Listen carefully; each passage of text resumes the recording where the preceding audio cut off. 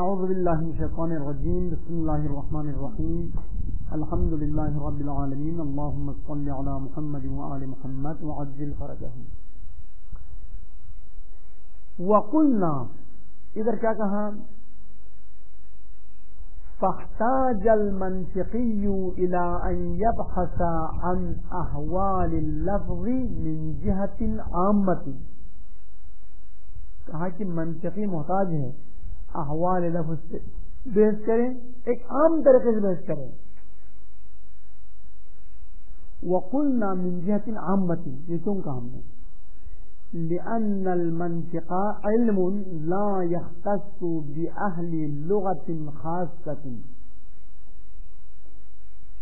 وإن كان قد يحتاج المنطقي إلى البحث عما يختص باللغة التي يستعملها المنطقي فيما قل كالبحث عن دلالة لام التعريف في اللغة العربية على الاستغراق، وعن كان وأخواتها في أنها من الأدوات والحروف، وعن أدوات العموم والسلب وما إلى ذلك، ولكنه قد يستغني عن إدخالها في المنطق اعتمادا على علوم اللغة.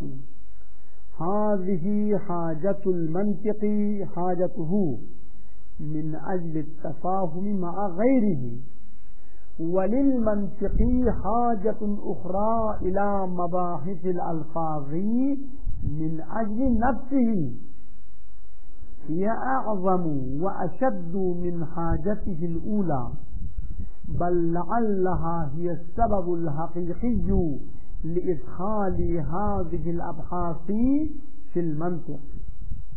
ونستعين على توضيح مقصودنا بذكر تمهيد نافع، ثم نذكر وجه حاجة الإنسان في نفسه إلى معرفة مباحث الألفاظ نتيجة للتمهيد، فنقول إلى آخر.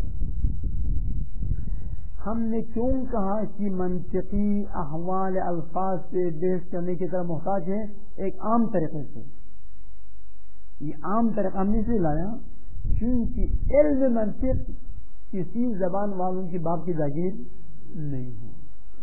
علم منطق ایک عقلی علم ہے، ایک انسانی علم ہے. جہاں جہاں انسان ہے وہاں وہاں یہ علم ہے، جہاں جہاں پر عقل ہے وہاں پر یہ علم ہے. یہ اسی اول دن ہی بتا دیا. کچھ علوم ہے جو کسی کے بنانے سے نہیں آیا وجود میں، یہ جب سے انسان بنا ہے یہ علم اسی وقت سے وجود میں آیا ہے. تو منطق ان علوم میں سے ہے. جب یہ کسی زبان کے ساتھ مخصوص نہیں ہے تو منطقی کا وظیفہ بنتا ہے کہ وہ ایسے قواعد کو بحث میں لائیں جو کسی زبان سے مخصوص نہ ہو. جب یہ علم کسی زبان سے مخصوص نہیں ہے تو آپ کے علم میں موجود قاعدے بھی کسی زبان سے مخصوص نہیں ہونا چاہیے. یہی بات پہلا مطلب آج کے مباحثے میں یہ ہے.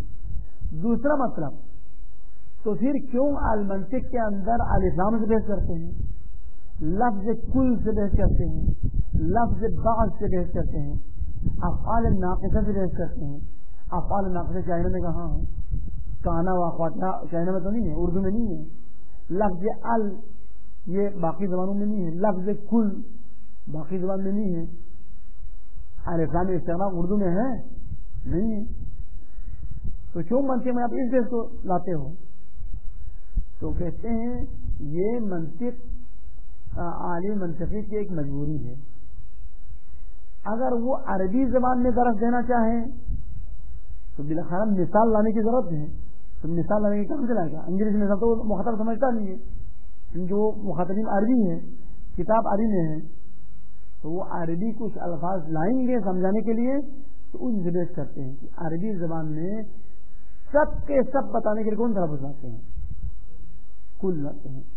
کچھ بتانے کے لیے کیا لاتے ہیں؟ بعض لاتے ہیں. وہ سمجھانے کے لیے مجبور ہے. اور اگر کوئی شخص چائنا زبان میں کتاب لکھیں تو چائنا زبان کے کچھ محفوظ الفاظ بحث کرنا اس پر ضروری ہے تاکہ پتہ چلے مخاطبین کو کہ کلیہ کیا ہے، جزیہ کیا ہے، موجبہ کیا ہے، سالبہ کیا ہے. اگر کوئی اردو زبان میں منطق کی کتاب لکھیں تو اس کا فرض بنتا ہے کہ مثالیں سمجھانے کے لیے کچھ قواعد ادبی اردو گرامر کے کچھ الفاظ لائیں اور ان سے بحث کریں کہ اردو زبان میں موجودہ کلیہ کے لیے کون سا لفظ لاتے ہیں، سالوی کلیہ کے لیے کون سا لفظ لاتے ہیں، جزئی بتانے کے لیے کیا لاتے ہیں، کلی بتانے کے لیے کیا لاتے ہیں۔ کلی کی مثال کیا ہے؟ درخت کلی ہے، درخت کہنے سے ایک خاص درخت آپ کے ذہن تو نہیں آتا۔ اما زید کہے تو کیا ہے؟ جزئی ہے۔ کراچی کہے تو کیا ہے؟ جزئی ہے۔ سکھر کہے تو جزئی ہے۔ ملتان جزئی ہے۔ لاہور جزئی ہے۔ شہر کہے تو کیا ہے؟ کلی ہے۔ ہم اردو میں لاتے تو اردو مثال لاتے ہیں۔ آپ کہیں بھائی آپ منطقی ہیں، آپ نے کراچی کو نظر کیوں دیا؟ کراچی تو ایک مخصوص شہر ہے، کوئی اور زبان میں مثال دے دو۔ آپ نہیں کہتے کیوں؟ میں سمجھا رہا ہوں اردو زبان میں، تو ہم اردو مثالیں دینے کی طرف ہم محتاج تھے۔ بس یہ دو مطلب۔ بس سوال کیا ہوا؟ اگر منطق کا علم عام ہے، کسی خاص زبان سے مخصوص نہیں ہے، تو کیوں مرحوم مظفر نے کتاب المنطق میں الف لام استغراق سے بحث کی جو فقط عربی زبان میں ہے، کانا اور اخوات کانا سے بحث کی جو فقط عربی زبان میں ہے؟ کیوں ایسے بحث کی؟ جواب یہ ہے کتاب عربی میں ہے، مخاطبین عربی ہیں، لہذا کیا ہے وہ عربی زبان کی اس مثالیں دینے کی طرف مجبور ہے مثال کے لیے۔ پھر آخر میں کیسے تیسرا مطلب، ٹھیک ہے منطقی محتاج ہوتے ہیں کہ مخصوص زبان کے الفاظ سے بحث کرنے کی طرف، لیکن وہ حوالہ دے سکتے سوچی کا افعال ناقصہ سوچی میں دیکھو، عوامل میں جا کر پڑھو، جو دوسرے علوم دوسری کتابوں میں جو بحث ہو چکی ہیں ان کا حوالہ دے کر وہ ان بحثوں کو یہاں لانے سے کیا ہو جاتا ہے؟ بے نیاز ہو جاتا ہے۔ یہ بھی کر سکتا ہے۔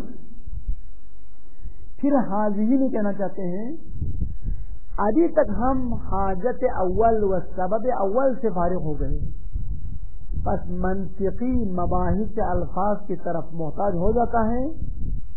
کیوں؟ کیونکہ وہ دوسروں سے بات کرنے کی طرف محتاج ہے، دوسروں کو سمجھانے کی طرف محتاج ہے، سمجھانے کا بہترین طریقہ الفاظ ہے۔ یہ ختم۔ اب دوسری وجہ بیان کرتے ہیں کہ عالم منطقی مباحث الفاظ کی طرف محتاج ہونے کی دوسری وجہ کیا ہے؟ دوسری وجہ یہ ہے انتقالات ذہنی معانی جو آپ کے ذہن میں منتقل ہو جاتے ہیں کہ یہ معنی اس معنی کے ساتھ منتقل کرتے ہیں، وہ انتقالات ذہنی بھی الفاظ ذہنی کے ذریعے سے آپ منتقل ہوتے ہیں۔ ذہن میں معنی کے ساتھ آپ الفاظ کو بھی سوچتے ہیں اور اسی الفاظ کے ذہنی معنی کو سوچ کر آپ ایک دوسرے کی طرف منتقل ہو جاتے ہیں۔ ولو بات نہ کرے کسی سے، خود سوچنے کے لیے الفاظ کے حالات پہچانے کی ضرورت ہے۔ تو یہ منطقی کی دوسری حاجت ہے، اور یہ دوسری حاجت پہلی حاجت سے بھی شدیدتر ہے۔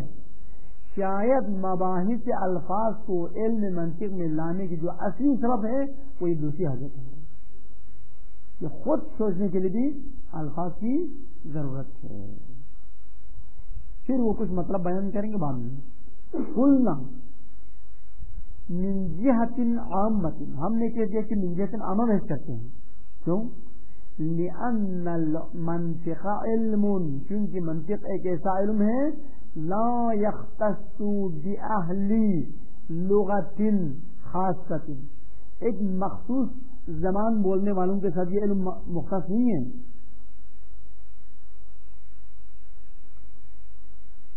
اگر مختص نہیں ہے تو پھر عربی الفاظ کیوں لاتے ہو منطق میں؟ آپ نے کیوں لایا؟ وَإِن كَانَ قَدْ يَحْتَاجُ الْمَنْطِقِيُّ إِلَى الْبَحْثِ، اگرچہ عالم منطقی محتاج ہو جاتا ہے کبھی کبھار بحث کرنے کی طرف ان الفاظ سے، اما ان الفاظ سے یختص باللغت التي، کہ وہ الفاظ مخصوص ہے اس زبان کے ساتھ یستعملها المنطقی، جس زبان کو منطقی اپنا ذریعہ بیان قرار دیتا ہے، جس زبان کو ذریعہ بیان اور ذریعہ تفہیم و افہام قرار دیتا ہے، اس زبان کے مخصوص الفاظ کے کرنے پر کبھی محتاج ہو جاتا ہے، لیکن یہ محتاج ہونا فیما قل، بہت کم مورد میں ایسا ہوتا ہے، اکثر اوقات محتاج نہیں ہوتا، فیما قل بہت کم موارد میں محتاج ہو جاتا ہے۔ چلے مثال دے دیں. مثلا علم منطق میں بحث کرتے ہیں کلی اور جزئی کی بحث میں. كالبحث عن دلالة لام التعريف في اللغة العربي على الاستغراق. استغراق یعنی جميع افراد، تمام افراد. جیسے بحث کرتے ہیں آیا لام تعریف عربی زبان میں جميع افراد سے دلالت کرتے ہیں یا بعض افراد سے؟ ان الانسان لفی خسر، جو الانسان پر جو لام ہے وہ الف لام استغراق ہے یا الف لام غیر استغراق ہے؟ اس طرح استغراق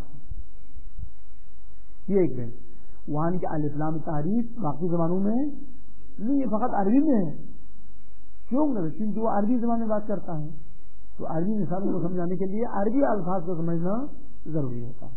ایک اور بات وَكَالْبَحْثِ آتا دوسری پر وَكَالْبَحْثِ عَنْ کانا و اخوات کانا، جیسے کانا سے بحث کرتے ہیں اور کانا کے باقی نظائر سے بحث کرتے ہیں. اخوات سے مراد بہنیں نہیں ہیں، نظائر کانا، کانا کے معنی میں جو دوسرا افعال نقصہ ہے ان سے بحث کرتے ہیں.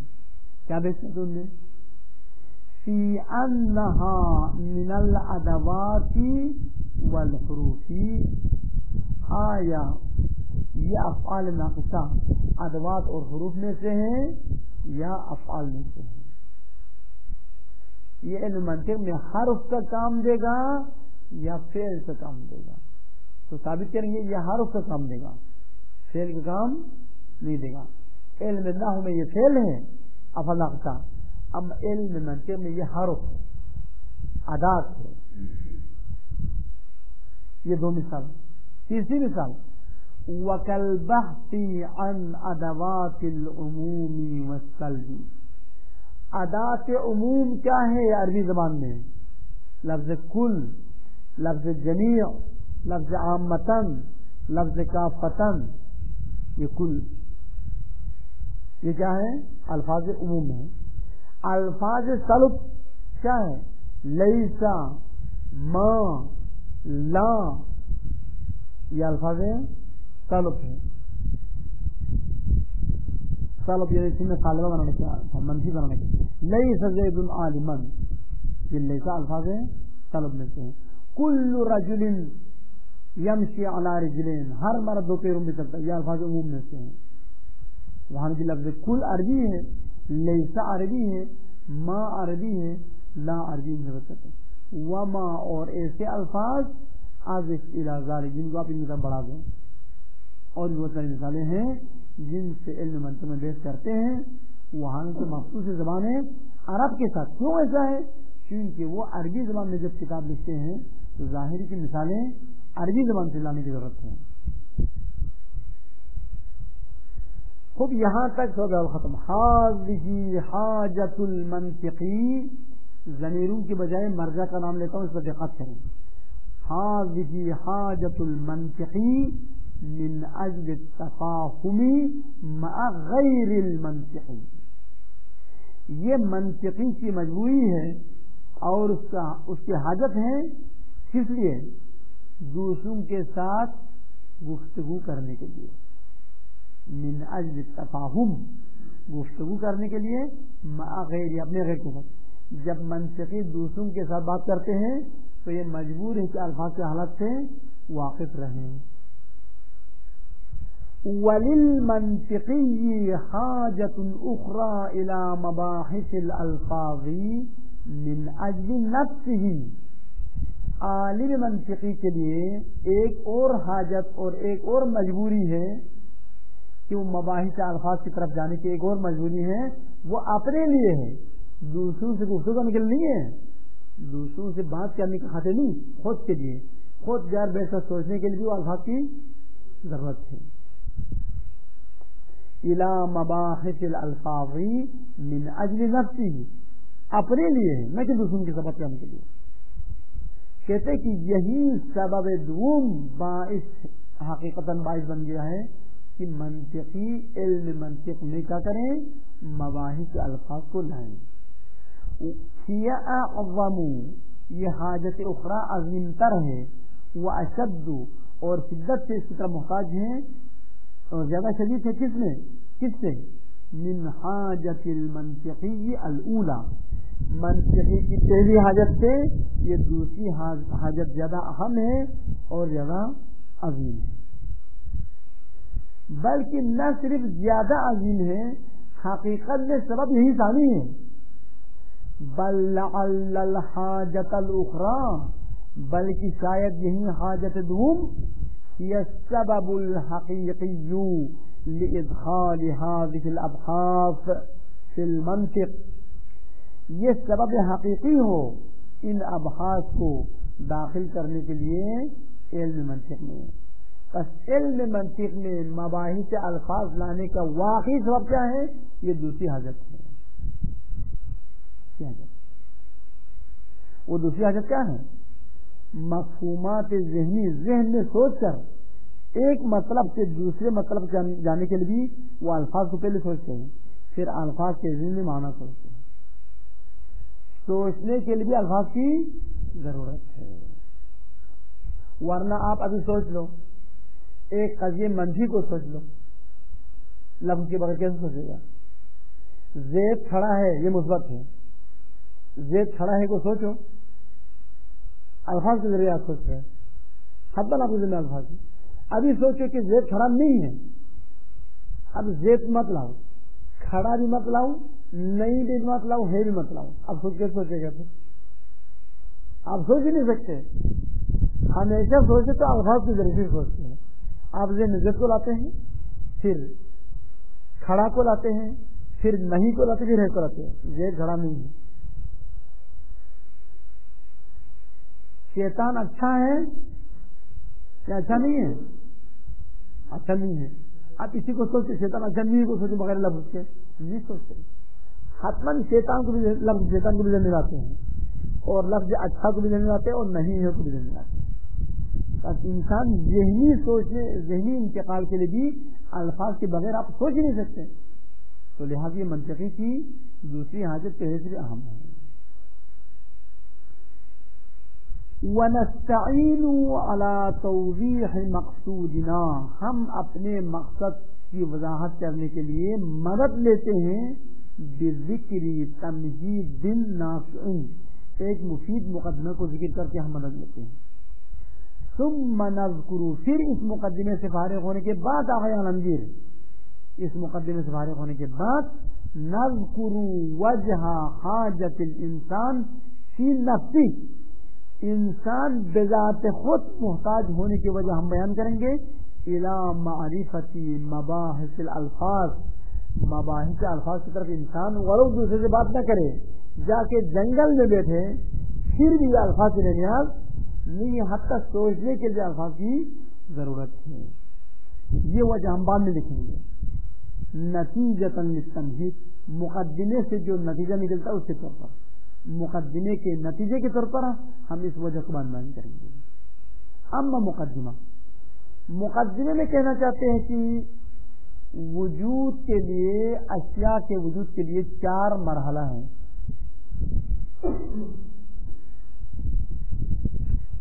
ابھی عالمگیر ادھر بیٹھا ہے، یہ وجود خارجی ہے۔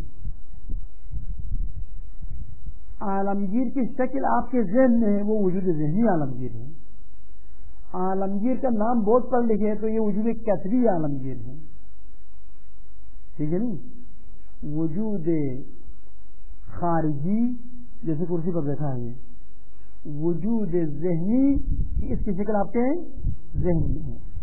وجود لفظی، جب آپ لفظ عالمگیر بولتے ہیں، لفظ ادا کرتے ہیں، اور وجود کسبی بہت لکھتے ہیں۔ یہ تو ایک مثال ہے، کراچی کی بھی ہے، کراچی کے وجود خارجی بھی ہے، کراچی کے لیے وجود ذہنی بھی ہے۔ کراچی کے لفظ بہت پہلے ہو تو کراچی کا وجود کبھی ہو جائے گا، کراچی کا ہو تو وجود لفظی ہو جائے گا۔ ان 4 وجودات سے کوئی بھی چیز خالی نہیں۔ آپ ان 4 میں سے حقیقی کون ہے، اعتباری کون ہے؟ اعتباری اور حقیقی مانا کیا ہے؟ حقیقی وہ جو ایک واقعیت رکھتے ہیں، وہ ہمارے فرض کے محتاج نہیں ہے۔ اعتباری وہ ہمارے ہاتھ میں ہے، ہم فرض کریں تو یوں ہوگا، فرض نہ کریں تو اس طرح ہوگا۔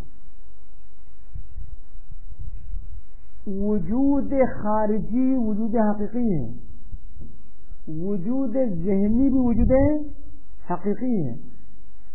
آپ ذہن میں عالمگیر کی شکل کو لاؤ، پھر فرض کرو کہ گلاس کی شکل آپ کے ذہن میں نہیں ہوگا.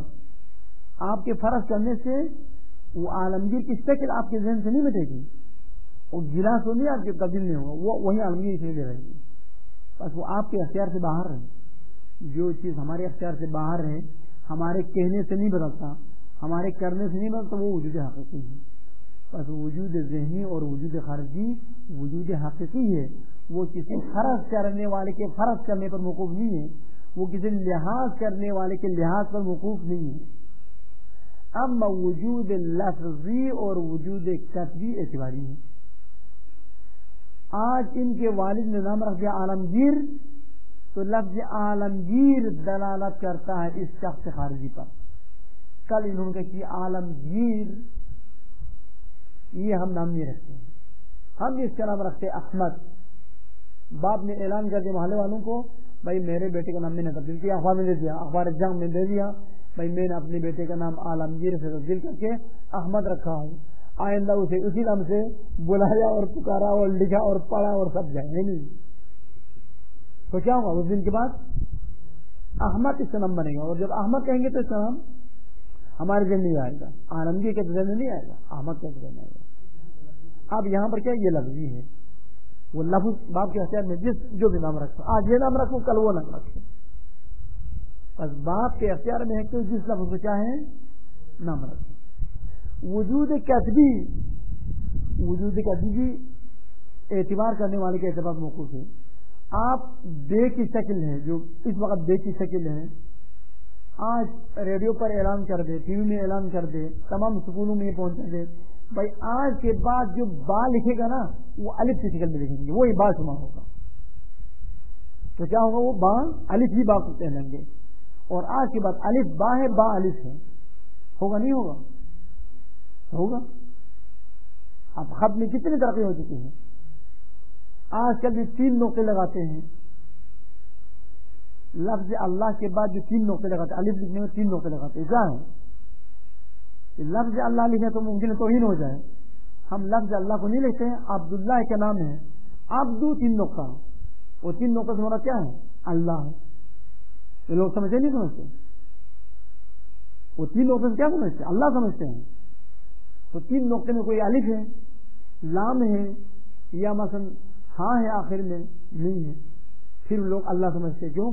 اعلان ہو کہ بھائی لفظ اللہ کی جگہ پر احترام کی خاطر تاکہ توہین نہ ہو جائے 3 نقطہ لکھ دیتے ہیں.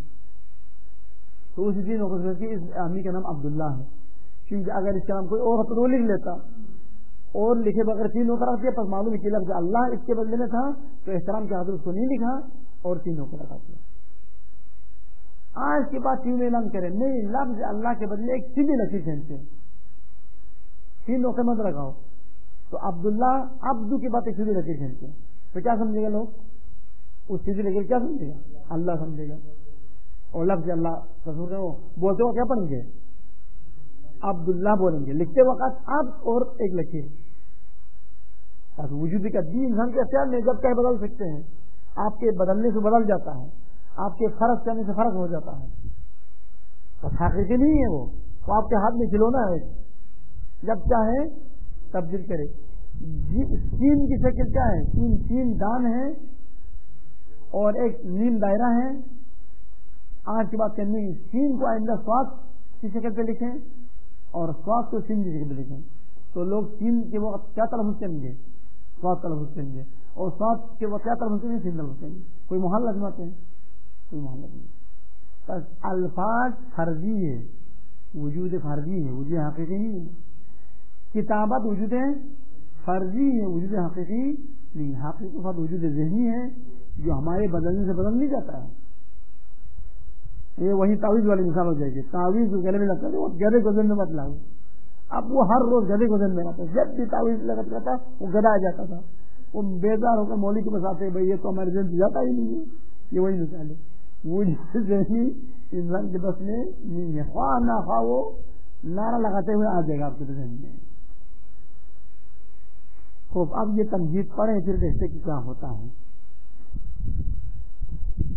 التمہید ان للاشیاء اربعۃ وجودات، عبارت کو دقت سے پڑھے کہ زبر زیر کیوں آیا، وجہ نہیں سمجھ میں آتا ابھی پوچھو. ان للاشیاء اربعۃ وجودات، وجودان حقیقیان. اس عبارت کو وجودین حقیقیین پڑھ سکتے، مجرور اور منصوب. منصوب پڑھے تو آنی تفسیر میں، مجرور پڑھے تو وجودات کے لیے بدل تفصیلی ہے. ابھی وجودان کیا ہے؟ وجودان پڑھنا کسی کے لیے نہیں، یا مبتدا کے خبر بنا تو ٹھیک ہے، وَإِلَّا کچھ بھی نہیں. کیوں؟ اگر آپ اربعۃ کے لیے بدل لیتے ہو تو وجودین پر اربعۃ منصوب ہے تو اس کے بدل کے اعراب کیا ہونا چاہیے؟ منصوب. اگر وجودات جن کے لیے بدل لیتے ہو تو پھر مجرور پڑھو تو مجرور کیا ہے؟ وجودین ہے. اب وجودان یہ ایک مبتدا منصوب کے لیے خبر ہے. بعضها وجودان حقیقیان وبعضها وجودان اعتباریان. یا یہ کہو الاثنان منها، بعضها نہ پڑھو، الاثنان منها وجودان حقیقیان والاثنان منها وجودان اعتباریان. پس مبتدا یہاں پر کیا ہے؟ الاثنان منها تعبیر میں ہے. ووجودان اعتباریان جعلیان، یہ جعلی وہ ہمارے پاکستان کے کوٹ اور کاغذات میں جو جعلی ہے وہ نہیں ہے، وہ جعلی ہوتا ہے کہ آپ کے مکان کو میں نے اپنے نام پہ لے لیا، جہنم اپنے لیے خرید لیا، وہ ہے جعلی کاغذات. یہاں پر جعلی سے مراد وہ نہیں ہے، جعلی سے مراد ہے کہ یہاں پر قراردادی، توافق، اوقلا نے توافق کر کے کہ جناب جیم آئندہ اس طرح سے دیکھو دے، یہ موقف ہے، نہ کہ جعلی سے مراد ہے کہ وہ جعلی کاغذات درست کر کے جنگا بر کرے، ایسا موقف نہیں ہے. اعتباری ہے نا جعلی ہے، انسان کے بنانے سے یہ ہوا. اور دو وجود ہیں جو اعتباری ہے، اعتباری میں فرضی ہے، لوگوں نے فرض کیا تو ایسا ہوا، اوقلا نے فرض کیا تو ایسا ہوا. اور جعلی ہے لوگوں نے بنائے ہیں، واقع موجود نہیں ہے، حقیقی وجود نہیں ہے.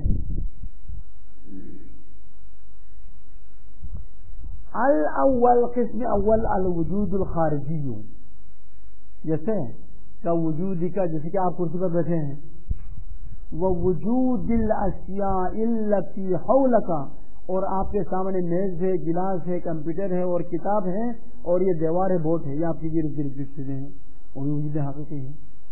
ووجود الاشیاء التي حولک ونحوها، پہاڑ ہے، زمین ہے، یہ سب کے سب کیا ہے؟ وجود حقیقی ہے. ونحوها کی دنیا اشیاء کی طرف جاتی ہے، ونحو وجود الاشیاء اور باقی جیسی ہیں.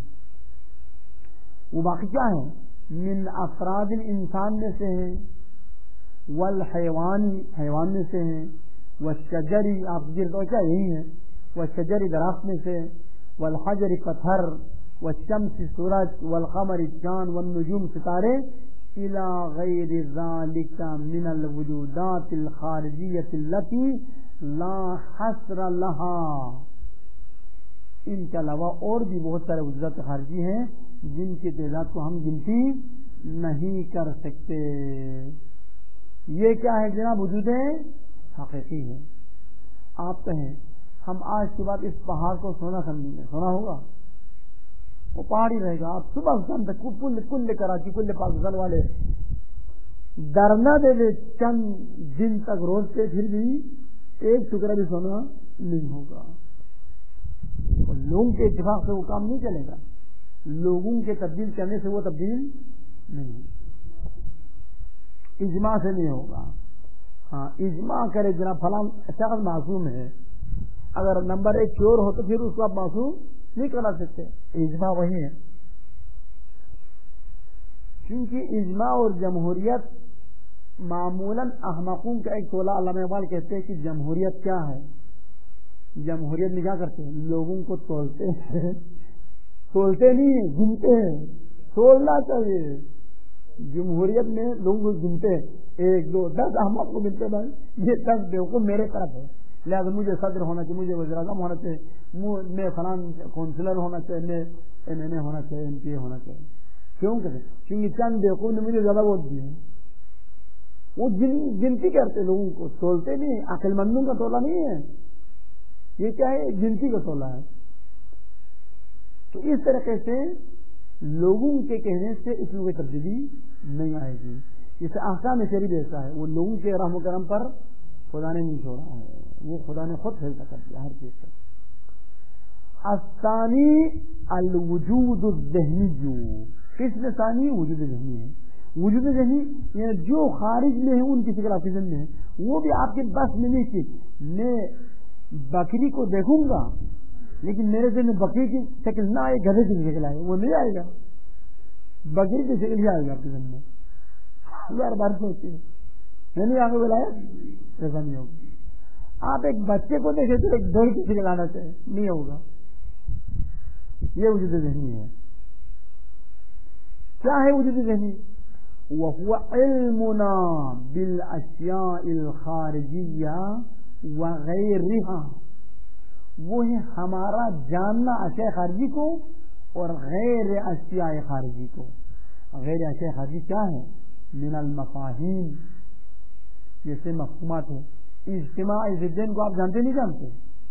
مفہوم اجتماع ضدین سے آپ واقف ہیں، مفہوم شریک الباری سے آپ واقف ہیں، مفہوم ارتفاع عقیدن سے آپ واقف ہیں. یہ خارجی اشیاء تو نہیں ہے. خدا کا شریک خارج میں ہے نہیں ہے، لیکن مفہوم خدا کا شریک آپ کے ذہن میں ہے. یہ ہے غیر اشیاء خارجی کے معاوضے میں. وقت قلنا سابقا، ہم نے پہلے بتا دیا، ان للانسان قوتن اس میں تنتبع فیہا صور الاشیاء، انسان کے لیے ایک قوت بنا میں ذہن، اس ذہن میں چیزوں کی صورتیں چھپ جاتی ہیں. وَهَذِهِ الْقُوَّةُ تُسَمَّى الذِّهْنَ، اسی قوت کو ذہن کہا جاتا ہے. وَالْإِنْتِبَاعُ فِيهَا، اور اس ذہن میں جو چھپتا ہے اس کو وجود ذہنی یا بالفاظ اگر اس کو آپ کا علم کہلاتے ہیں.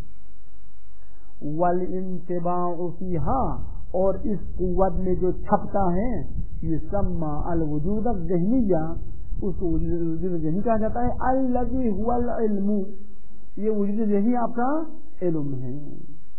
وهذان الوجودان هم الوجودان الحقیقیان، وجود خارجی اور وجود ذہنی یہ دونوں وجود حقیقی ہیں.